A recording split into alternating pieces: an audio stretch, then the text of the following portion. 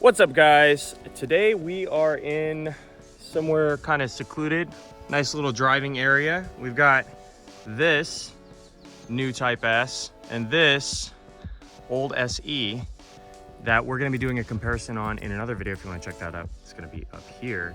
But today I wanted to introduce you to my buddy Travis, one of my oldest friends. What's up? He's an automotive journalist, and we met actually the first time we ever met. We raced. Yeah. You had an Integra and I had a Pontiac Fiero. Yeah, I had my first car was a 98 Integra LS, and he had his Fiero, and then you got this like a year or two later. Yeah, sold the Fiero and got this Integra SE. Yeah. I got it from the woman who was the first owner. She worked for Acura Corporate and it had like a bunch of miles on it, but it was really well serviced.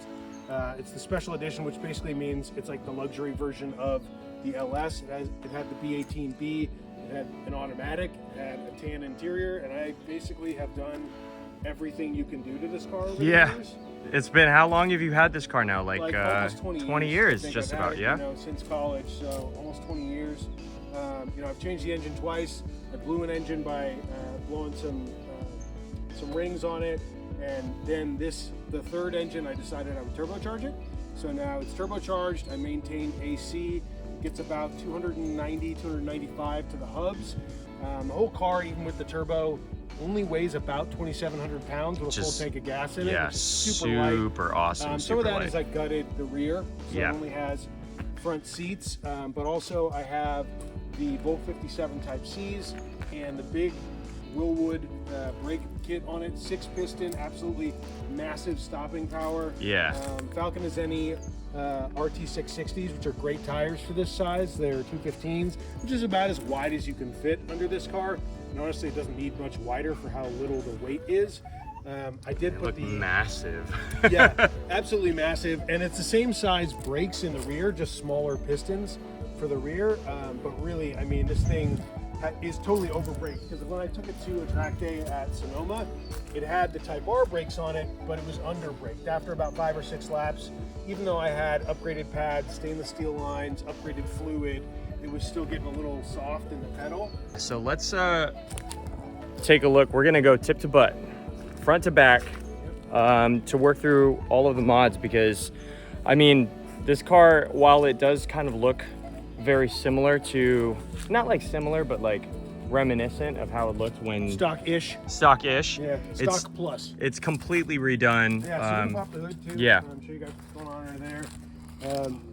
I mean, up front, you know, obviously the big change is the turbo. I haven't opened an Integra hood in a minute. Yeah. But I did maintain air conditioning. I maintained power steering, ABS brakes, all of that.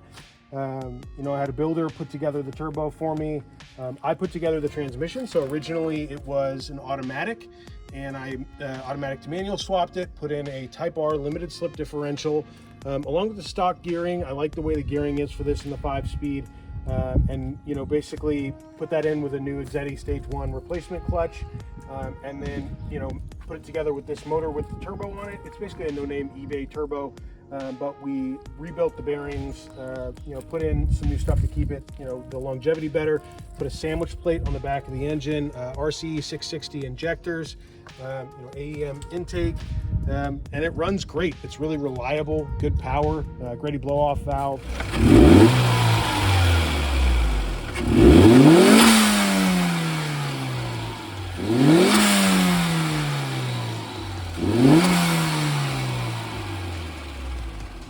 And then also the APC front tower strut brace, and that links to the Godspeed 10K coilovers in all 4 corners, which have adjustable rebound.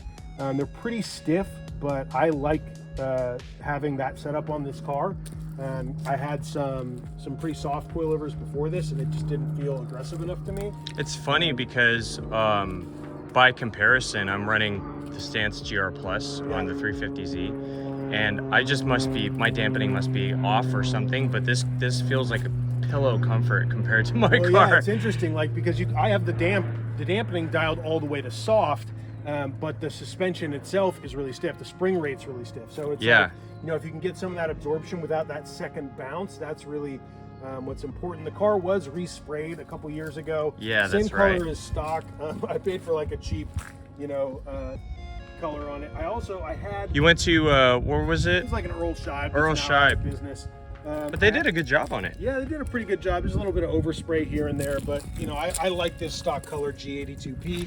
I also put some fog lights under there. I used to have the OEM fog lights, but I went with Baja Designs. Those are kind of like a rally / off-road design fog light. I got the Takata front toe strap, and then also the Type R replica lip that I had painted to match the car. Did you paint that yourself? No, that was with the spray. With the spray themselves, and then also these aren't stock. These are you know, ambers. You know, to change the look of the front end. Yeah, so that's what's going on under the hood and up front. And then as we move back, like the Willwood 6 pistons up front, again stainless steel lines, upgraded Ate fluid, the Volk 57Cs, and the Falcon Azeni RT 660s, which I think are great tires. I could go a little, you know, better compound, softer compound, but I drive this car on the street and in the canyons. The grip feels great. Feels great, yeah. And I don't ever really overdrive them. So that's, you know, important to me to have a tire that doesn't wear after like 3,000 miles. Pretty aggressive camber. It's about -3 degrees in the front, about -2 in the rear, if memory serves correctly. But you know, I really like the way it drives. Before we go inside, I guess I could show the back, which the Mugen wing.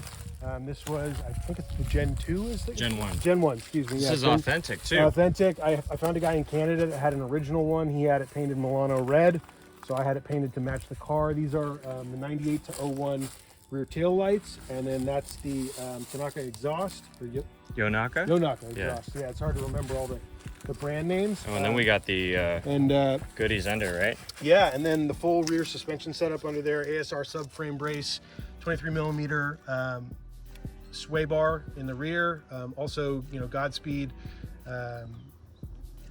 setup in the rear, as well as the what do they call them, the lower control arms. Skunk 2 lower control arms, and then the Godspeed setup in the rear on the brace. So I'll pop the back there. Show you what's going on with the back here. We took it out for the drive, but we've got the Godspeed cross brace back here. Relocated the battery and put the battery disconnect switch for track days, stuff like that. Also for weight distribution. Just liked having the battery in the back. And then just gutted the trunk, gutted the back seats. I'm gonna eventually put a floor in here. I've got one on the way with like some carpeting on it and stuff.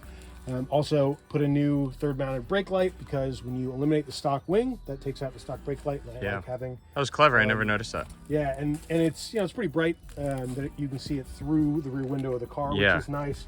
But I like people being able to see the brake light, especially when, you know, the car is lowered. You don't want just the brake lights down low. This Godspeed brace makes things pretty stiff back here. This car tripod's going up driveways, has for a long time.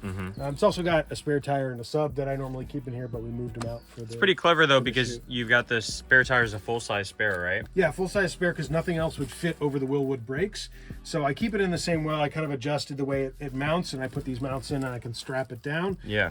But yeah, I can take it out if I'm on a track day, or if I, you know, need to work on something back here pretty easily. It's just... And then the sub just comes out super easily too. Yeah, the sub is mounted on top of the spare tire. I've never had any problems with it moving. And if they came loose, I'd have this to protect me. Yeah, true that. Okay, so we'll go to the interior. If you want to go around that side. Yeah, let's do that. And so these are actually seats that came out of Albert's S2000. I bought them off of him for a steal of a price, probably way too little. Also, this entire interior is swapped. It used to be tan, and I black swapped it. So I found a guy that was, you know, parting out his car, and he had pretty good condition, you know, door cards and dashboard. Took the whole dash out, swapped everything. Also, you know, that was before the manual swap, but the manual swap, this is a part that Albert gave me as well. This shift knob here. Put the RC. You know, put a full stereo in it with Apple CarPlay, so I can, you know, have my directions and stuff. There used to be a six disc changer in the trunk when the car was when I bought the car from the first owner, and it had a cell phone in the center console, the mobile car phone. That's how old this car is. Really? Yeah. Wow. I also did the carpets, so when I tanned the black, swapped the car, these were the stock carpets that I had, and they were tan, and so I dyed them black in a trash can for like a week. and Pretty good. Yeah, I think they came out great. And Yeah, I didn't even know. You do it with like a bunch of salt and a RIT dye. I think I used like 6 bottles of RIT dye. I put these on because the old ones were kind of torn to shreds. Glued those on. Left most of the gauges stock, other than these AEM air fuel and boost gauges. Yeah, I'll take that from you there. So that's just the gauge cluster for the pertinent turbocharger information. And then yeah, the gauge cluster is stock. The chassis has 264,000 miles on it. Even when I manual swapped it, I made sure to keep that gauge because I wanted to know what the mileage on the car was. I like that. Oh, nice Africa Twin. Cool bike. Nice day for a ride. Yeah, but that's about it. You know, that's the car, and I think it's about where I want it to be, other than, you know, enclosing some of that area in the trunk and keeping it. Oh yeah, also this Benin B-brace bar. This thing's pretty sturdy, and if I wanted to, I could put in harnesses and everything and use that for it. Right. But I still have airbags, so I don't want harnesses. That would be a whole nother level. And again, I drive it on the street pretty regularly. Like I said, air conditioning, so it's not a car that I think I would ever put a harness in. That just makes it really hard to get out once you're in. So. Yeah, there's a thing about giving up creature comforts on a street car that just like becomes, it's just a lot. And you do it the first time you do it, you're like, this is awesome, and then the next time you're modding a car, you're like, I'm never gonna do that again. Yeah, it's fun to drive a race car on the track with a harness in it, but to own one and drive it more than a couple days a year is tough. Yeah, exactly. And even when I've had this at the track, and I've taken this to Sonoma and Buttonwillow and Chuckwalla and multiple autocross days, all that kind of stuff. I got the stickers up there. I've driven this thing across country too.